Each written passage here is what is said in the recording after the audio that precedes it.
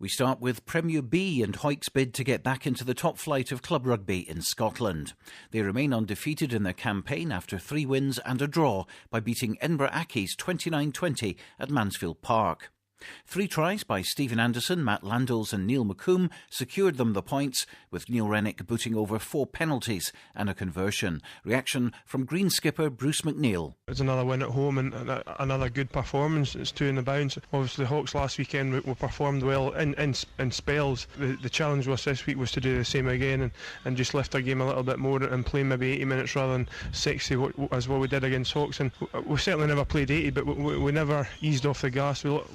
We made hard work of it, but obviously the effort was there and the determination to get that victory in front of a home crowd, it was there, and we managed to pull it off in the end.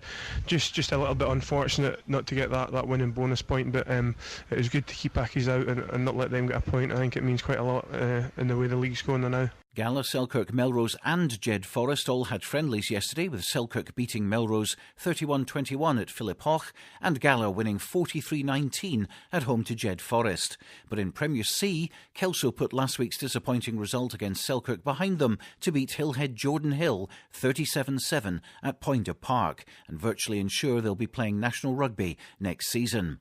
They scored 5 tries in all from Greg and Richard Minto, Ali Marsh, Frankie Robson and Donald Seed, with Kieran Wilkinson kicking the rest. Peebles are still at the bottom of Premier C following a loss at Falkirk. Bill Paulson has the details on that one. Falkirk took a very early lead from a thrust down the left, from which scrum half Mark Bruce scored a try, which Johnny Hope converted. Peebles responded after 25 minutes when Loch Kenny Clyde plunged over for a try from line-out possession, but the home side extended the lead 5 minutes later when wing Matt Morrell ran a try which Hope goaled. Fullback Hope made a classic intrusion for a try immediately after the interval. For a while, play moved from end to end before Ryan McConnell, out of position at wing forward, nipped over for a try for Peebles. With 5 minutes to go, Falkirk ended the scoring with a well-worked try by centre Graham Gilliland, converted by Hope to make the final score Falkirk 26, Peebles 10. Turning to the RBS Regional Shield final played at Scremerston, and East League team Berwick put up a tremendous challenge against the form team from the National League, Hawick YM.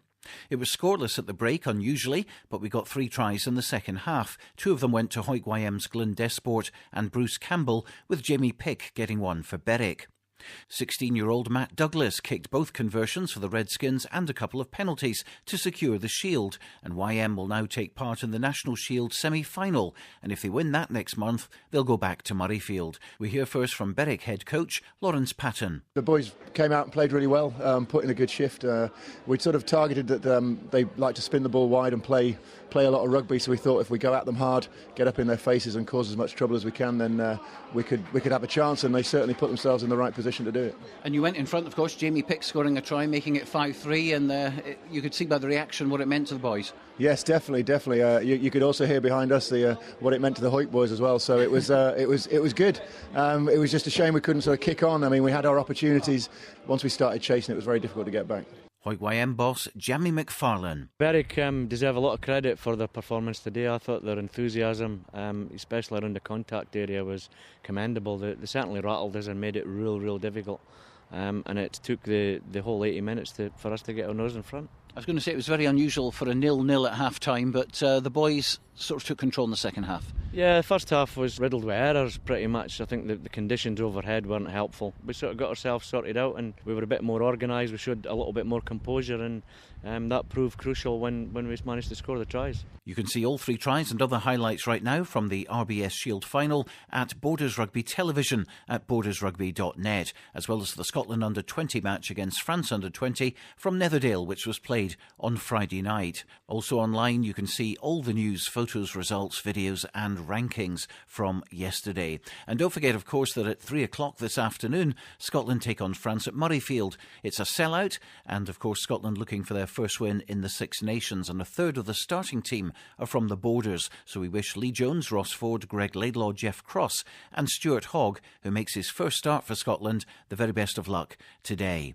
Finally, the other local results. National League, Garnock 14, Langham 11. And the East League 2 playoffs, Earlston 23, Dunbar 0, and Hawick Harlequins 41, Dalkeith 0.